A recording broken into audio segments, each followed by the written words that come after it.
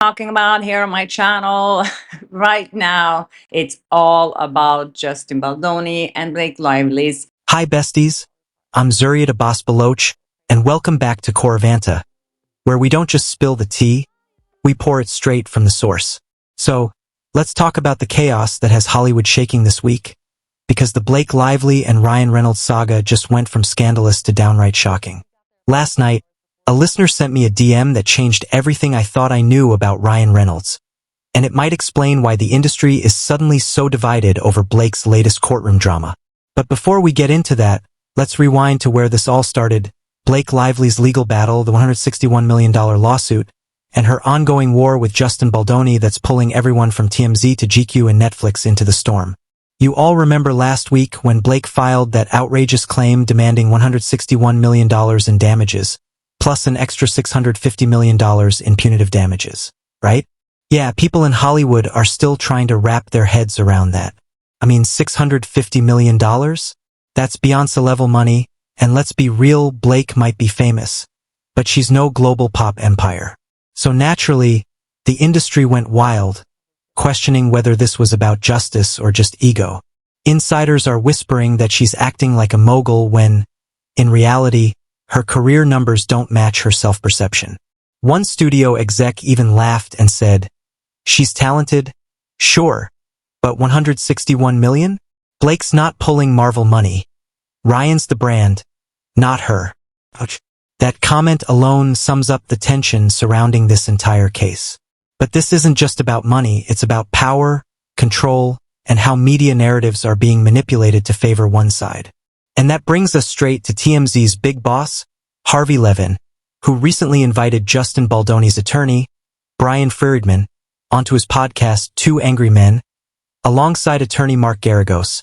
You might know him from representing Michael Jackson back in the day. The timing of this podcast raised eyebrows everywhere because it looked like TMZ was trying to clean up its reputation after weeks of publishing sloppy, biased stories favoring Blake Lively. And when I say sloppy, I mean truly reckless journalism. Stories that weren't fact-checked, stories that misled millions, and stories that conveniently painted Justin Baldoni as the loser in this legal war. Brian Friedman wasn't having any of it. He called them out right there, face to face, asking Harvey Levin how they could possibly report that Justin Baldoni missed his appeal deadline when the court documents clearly said otherwise. It was one of the most satisfying moments I've ever heard in a podcast because you could practically hear Harvey squirming in his seat. At first, Harvey tried to play it cool, saying, "Yeah, we messed that up, but we corrected it." Except, spoiler alert, they didn't. All they did was tweak the headline and change the opening paragraph of the article, but nowhere did they say it was a correction. No retraction, no apology, nothing. Just a quiet update hoping no one would notice. But here's the thing, people did notice. The fans did, the journalists did, and most importantly, Friedman did.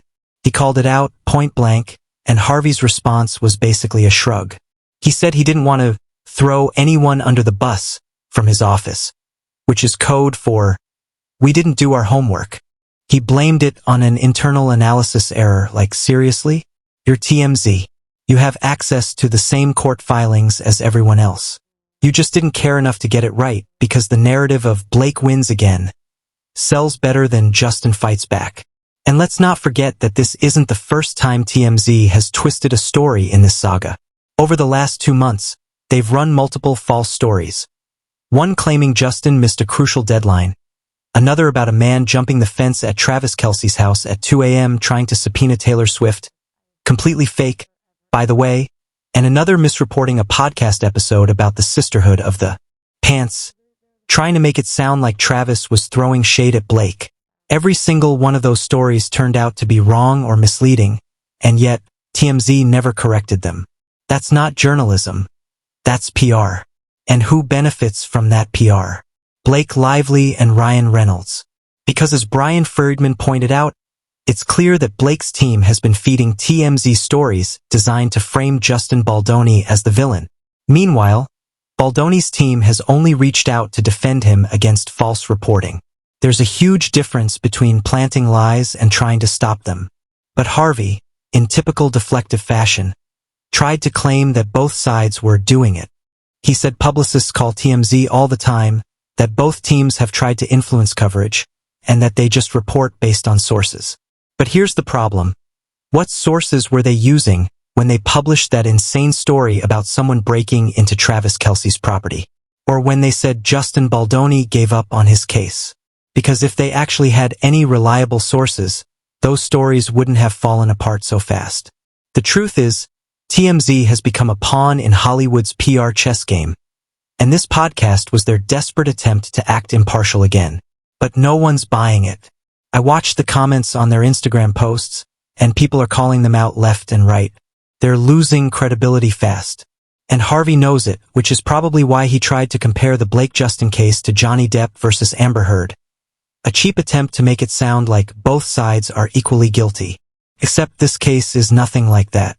Johnny and Amber's drama happened behind closed doors.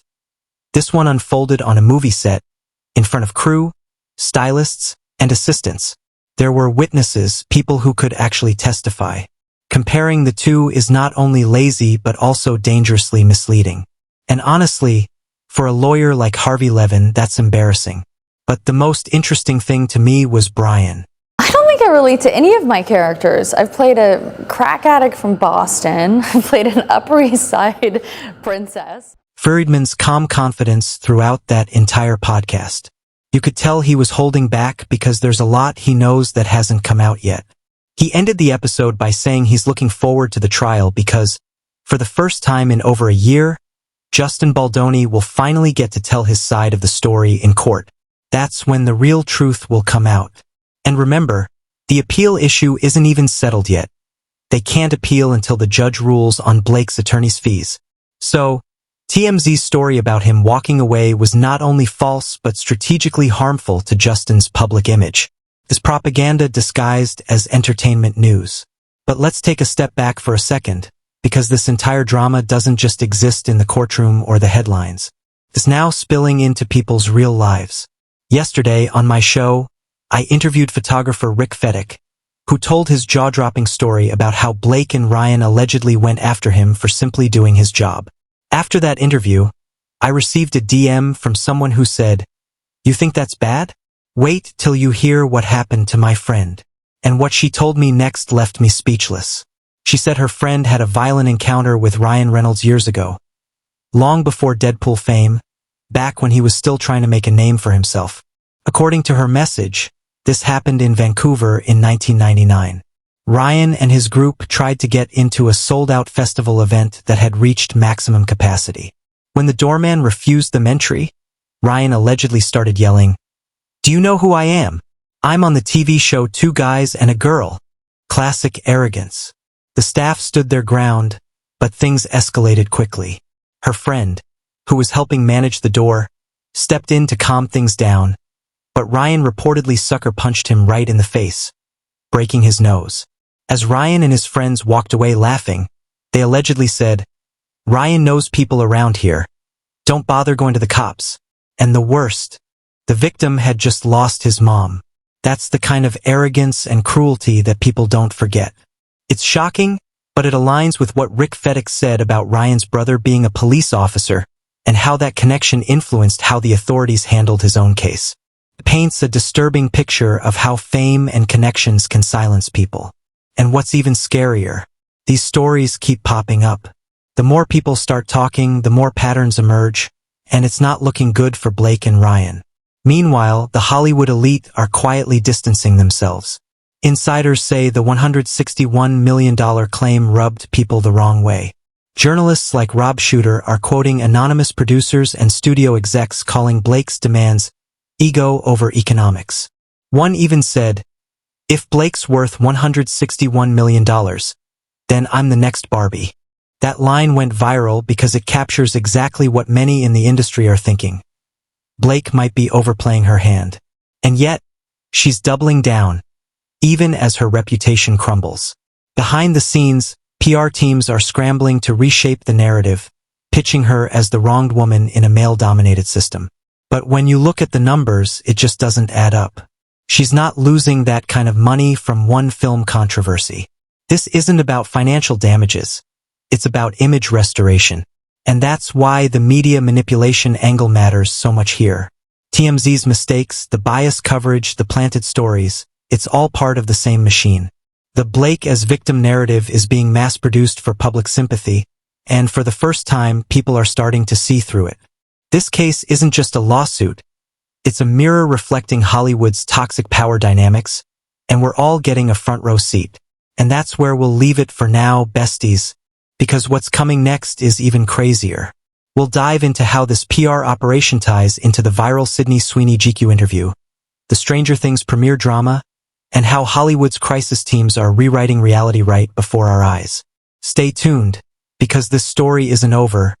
It's only getting uglier. So, when we left off, Blake Lively's legal drama was spiraling, TMZ was getting roasted for biased reporting, and Ryan Reynolds' alleged temper issues were resurfacing after decades of silence. But what happened next took this story from Hollywood scandal to full-blown media warfare. It started when a fan account noticed something strange. Blake's PR statements and TMZ's exclusive updates were being posted within minutes of each other, almost like they were written by the same hand. And when Brian Friedman appeared again to clarify the court's procedural timeline, suddenly, the same outlets that had ignored him for weeks started twisting his words to make it sound like he was backing down. Except he wasn't. The appeal issue was still pending, and legal insiders confirmed he was just waiting for the judge's ruling on attorney fees before filing. But the damage was done.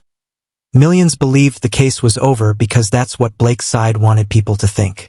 It was narrative control 101, and it worked for about 5 minutes. Then the receipts started surfacing. A Reddit thread began connecting dots between TMZ's stories, Page 6 headlines, and specific phrases that had appeared in Blake's official filings. Word for word. It was too similar to be coincidence. And that's when the internet started asking the one question no one in mainstream media dared to touch. Is Blake Lively rigging her own narrative? Was this court victory actually a carefully orchestrated PR illusion meant to bury the truth before the appeal? Brian Friedman's comments suddenly took on new weight. When he said, "The public will see the truth when the full record is unsealed," fans began re-examining everything. Because if that's true, it means the version of events being fed to the public right now might be missing some key, and possibly damning details. Meanwhile, other celebrities started to quietly pick sides. Selena Gomez, who had previously been close with Blake through Taylor Swift, unfollowed both Blake and Ryan after the court episode. She didn't say anything, but the timing spoke volumes. And when fans noticed she liked a post from a journalist calling out media bias in the case, the internet exploded.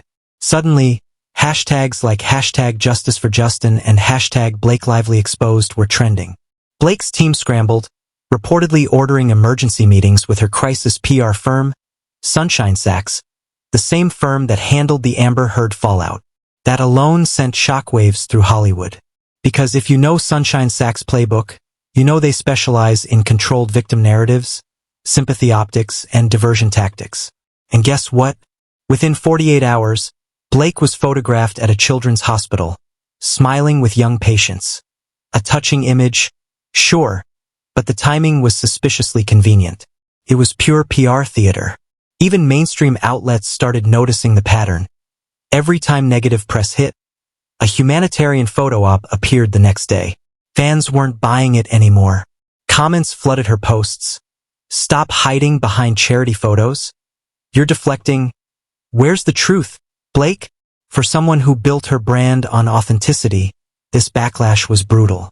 Meanwhile, Ryan Reynolds, usually the charming, sarcastic PR genius, went eerily quiet. No witty tweets, no interviews, no social media jokes. Insiders claimed his team told him to stand down until Blake's situation stabilized, but others whispered that he was furious behind closed doors. Apparently, the allegations about his 1999 outburst resurfacing during this mess had him paranoid about brand deals, especially with his billion-dollar Mint Mobile sale still under FTC review. If any of this PR scandal spilled into his business persona, it could cost him millions. And that's when he reportedly called in his own damage control. Reynolds brought in Rogers & Cowan, a rival PR agency known for aggressive counter-campaigns. Translation: Hollywood's biggest power couple was no fighting two wars, one in court and one in the media. And here's where things take a darker turn. Multiple crew members from Blake and Justin's film started leaking their own experiences. A stylist anonymously told an entertainment blog that Blake's on-set behavior was icy and controlling, while Justin was exhausted but professional. Another crew member claimed Blake frequently invoked Ryan's name when conflicts arose, saying things like, "Ryan will handle this." That detail caught everyone's attention because it implied Ryan may have been influencing the production indirectly, possibly even intimidating people through his status. If proven, that could change the entire case's dynamic, transforming it from a creative dispute into a question of coercion and power abuse. And then came the bombshell. An independent journalist got hold of partial internal communications suggesting that certain anonymous sources quoted in TMZ and the Daily Mail had financial ties to Blake's PR team. That means some of the most viral headlines weren't organic, they were planted. The public had been fed a carefully curated illusion of Blake's triumph. And when the journalist reached out to TMZ for comment, the outlet refused, citing editorial privacy. Translation: caught red-handed. What's fascinating is how the public mood flipped almost overnight. Blake, once Hollywood's golden girl, suddenly became a symbol of manipulation and privilege. TikTokers started dissecting her interviews, pointing out subtle inconsistencies, like how she always shifted blame or referenced her hurt, without ever addressing specifics. Hashtags like #BlakeSpinMachine and #TMZComplicit went viral. YouTube analysts drew parallels between this and the Johnny Depp media smear campaign, how coordinated leaks created fake narratives to sway public opinion. And through it all, Justin Baldoni stayed silent, which ironically made him look more credible. Friedman's team released no flashy statements, no press conferences, just cold, factual filings. The contrast between Blake's theatrics and Justin's restraint made the imbalance impossible to ignore. But here's where things reached peak insanity. In late October, a whistleblower from within a major PR firm allegedly leaked an internal memo titled Reputation Recovery Timeline BL. The memo outlined a 6-month plan to rehabilitate Blake's public image through charity events, fashion editorials, and celebrity endorsements. Step 4 literally said, secure sympathetic coverage through partner outlets, TMZ, Elle, Vogue. That line went viral. And though the authenticity of the memo is still being verified, no one could deny how perfectly it matched what was already happening. PR spin had become the main character in this story. Meanwhile, legal commentators began warning that this could backfire legally. If proven that media manipulation influenced court perception or jury opinion, it could constitute prejudicial interference. Suddenly, what started as a defamation case now risked escalating into something much bigger. Potential perjury, obstruction, and media misconduct. Hollywood hadn't seen a meltdown like this since the Amber versus Johnny trial, and this time social media was watching every move in real time. And in the background, Taylor Swift, the silent queen of PR herself, was nowhere to be found. Despite being Blake's closest ally, she stayed completely quiet through the storm. No public defense, no Instagram likes, no birthday posts. Insiders claimed she was advised by her team to stay clear after Blake's appeal controversy exploded. That silence spoke louder than any statement could. For someone as calculated as Taylor, her absence suggested she saw the writing on the wall. Even Ryan's usual Hollywood buddies started ghosting. Hugh Jackman unfollowed both Blake and Ryan briefly before refollowing after fan speculation spiked. Coincidence? Maybe. But in Hollywood, optics are everything. And right now, the optics for Blake and Ryan are radioactive. By early November, court spectators began whispering that the judge had grown irritated with the circus-like atmosphere surrounding the case. One legal blogger reported that he reprimanded both teams for leaking to the press, saying, "Court proceedings are not entertainment gossip." Ouch. That line became a meme overnight. But here's where it gets poetic. The very manipulation that helped Blake control her image for years is now what's destroying it. You can't outsmart the internet forever. Once people smell deception, it's over. And this whole saga has become a cautionary tale for every celebrity who thinks they can manufacture their own truth. As for the future, insiders say the appeal will likely go forward early next year, and that Brian Friedman has explosive evidence ready to present. Evidence that could completely change public perception. Some say it's witness testimony from crew members. Others whisper it's internal emails proving Blake's team doctored communications to frame Justin as unprofessional. Whatever it is, it's enough to make Blake's camp panic. And while all this unfolds, TMZ's credibility is circling the drain. Their own followers are turning on them, calling for investigations into their sources. Even advertisers have reportedly paused contracts, worried about being linked to misinformation. It's like watching a media empire crumble in real time. And somewhere in Vancouver, the ghost of that 1999 festival altercation looms over everything. A reminder that fame may protect people for a while, but not forever. Because eventually, patterns reveal themselves. When you look at the Blake Ryan empire from a distance, the luxury image, the smiling photos, the witty interviews, it all looks perfect. But peel back the layers, and what you see is a system built on control, influence, and fear. PR teams buying headlines, publicists scripting fake reconciliations, magazines trading exclusive access for favorable coverage. It's not just one couple's scandal anymore. It's a masterclass in how Hollywood constructs and collapses its own myths. So, besties, when you see those glossy red carpet photos or those heartwarming People magazine exclusives, remember the story. Remember how fast the truth can be buried under press releases and polished smiles. Because in this case, the truth didn't come from a headline. It came from the cracks in the narrative, from the voices TMZ tried to silence, from the lawyers who refused to play nice, and from fans like us who kept asking the right questions. This isn't just a celebrity feud. It's a reflection of power, how it's gained, abused, and lost. And as the court prepares to reopen this case, one thing's for sure. Whatever happens next, Hollywood won't be the same. The masks are off, the spin is unraveling, and the world is finally watching with clear eyes. Because when the curtain falls on this glittering illusion, what's left isn't glamour. It's accountability. And that, besties, is the real endgame of the Blake Lively scandal.